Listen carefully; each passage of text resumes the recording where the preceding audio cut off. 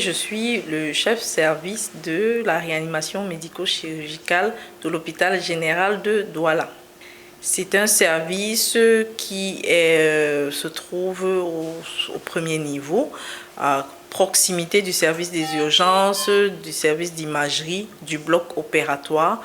Alors la réanimation, c'est cette unité-là où on prend en charge des patients qui présentent des maladies aiguës qui peuvent engager leur pronostic vital à court ou à moyen terme et engager le pronostic vital de façon criarde au point de provoquer la mort. Dans ces services, les patients ont des traitements qui sont assez lourds, qui peuvent être invasifs, mais tout cela est fait, tout cela est mis à contribution pour leur sauver la vie. Ce service est organisé en deux grandes zones principales. Une zone qui est non technique, qui est principalement faite de la zone d'accueil des patients et d'admission, les bureaux et la salle de convivialité, avec la salle de garde et autres, les latrines, les vestiaires, et la zone technique qui est divisée en deux secteurs, qui permet d'accueillir au total 11 postes de réanimation.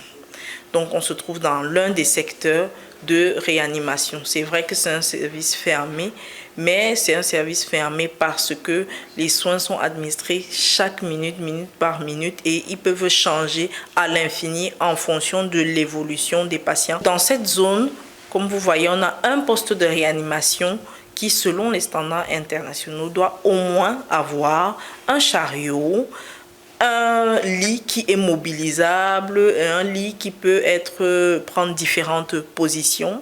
On doit avoir un moniteur multiparamétrique qui nous permet d'avoir les paramètres en temps, minute par minute, avec notre particularité ici à l'hôpital général de Douala, c'est que nos moniteurs peuvent prendre différents paramètres, peuvent explorer différents paramètres et même peuvent nous permettre d'explorer des paramètres directement dans les cavités cardiaques, et c'est ce qu'on fait généralement quand on reçoit les patients après chirurgie cardiaque ou alors pour des patients qui sont très graves, même si ce n'est pas de la chirurgie cardiaque. On a nos respirateurs, comme vous pouvez le voir, qui offrent divers modes et donc qui peuvent nous permettre, en fonction de l'état du patient, en fonction de comment il se présente, de le prendre en charge de façon optimale, de le surveiller également, parce que ces moniteurs nous permettent d'avoir toutes les constantes des patients et ils peuvent même déduire, ils font des calculs pour déduire certaines informations dont on a besoin pour le suivi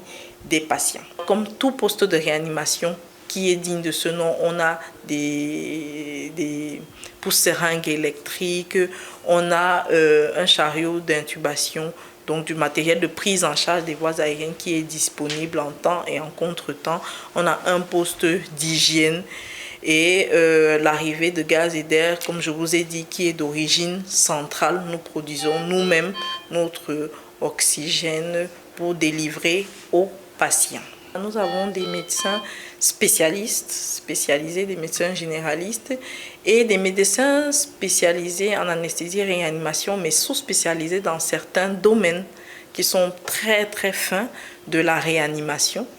Et donc, on a déjà ces compétences-là. Ça, c'est pour le côté médical.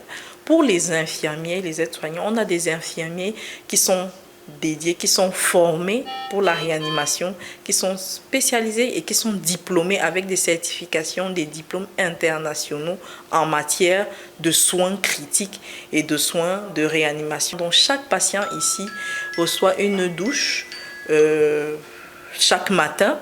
Ce qu'il y a de particulier ici, c'est que chaque patient admis, bien qu'il y ait une caution, la caution n'est pas obligatoire, c'est pas obligé de la payer à l'entrée. Donc, il reçoit ses soins et on a un processus de régularisation des factures qui sont délivrées quotidiennement. Les difficultés, mais auxquelles on essaye de faire face, c'est le problème.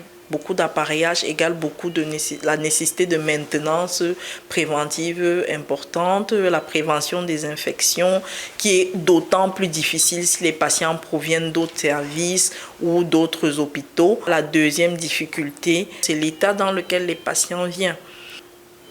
L'hôpital général de Douala en réanimation, c'est le service où on arrive quand même à descendre en dessous de 37% de taux de décès. Précisons que nous rencontrons les familles chaque jour. Ce qui m'a amené ici, c'est l'évacuation de mon mari. Il est diabétique. Il a eu un coma diabétique. Donc c'est le médecin de Kumba qui nous a orientés vers l'hôpital général de Douala. Et on était bien accueillis. Ici, je suis rassurée. Je me rassure, même si je suis stressée. Je suis bien encadrée. Les conseils, tout se passe bien. Oui. Bon, pour le malade, son état s'améliore. Donc il y a un accompagnement social, un accompagnement financier, une prise en charge optimale avec un matériel de qualité et un personnel de qualité. L'hôpital général de Douala, le credo c'est patient first, donc le patient avant tout. Et pour mettre le patient avant et devant tout, nous mettons les moyens et la politique qu'il faut.